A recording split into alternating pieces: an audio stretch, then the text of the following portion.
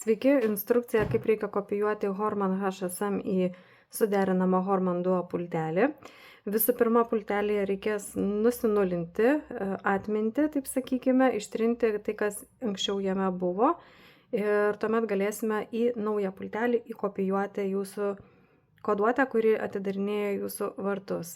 Tas nusinulinimas atrodys taip, paspaudžiame 2 mygtukus vienu metu ir 3 kartus paspausime antrą mygtuką. Demonstruoju. 2 vienu metu, LED sumirksi, 1, 2, 3. LED pradeda mirksėti greitai, galime atleisti mygtukus. Kaip žinoti, ar pultelis tuščias yra, tai tiesiog paspaudžiame mygtuką, jeigu LED užsidega ir užgesta, reiškia mygtuke nėra jokio kodo, jisai tuščias ir jį galima kopijuoti. Kai ištrinate, išsitrina visi mygtukai iš karto vienu metu. Dažniausiai jau taip paruoštą pultelį klientai gauna, užsisakę pas mus ir jiem pakanka padaryti tik tai antrą kopijavimo žingsnį. Kopijuoti rekomenduoju nuo gerai veikiančio pultelio.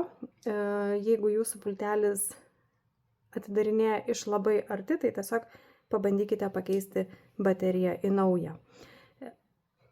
Laikysiu šonas prie šono, galima be abejo nosis prieš nosį, nugarą į nugarą kopijuoti, suraskite jums patogiausią poziciją.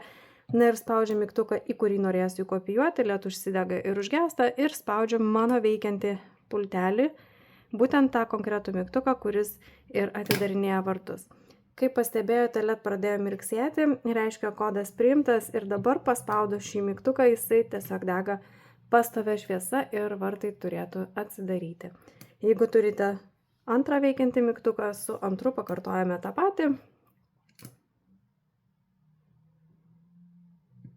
Dabar vėlgi patikrinsime, LED dega pastovia šviesa, neužgesta, reiškia kodas priimtas. Gero naudojimo.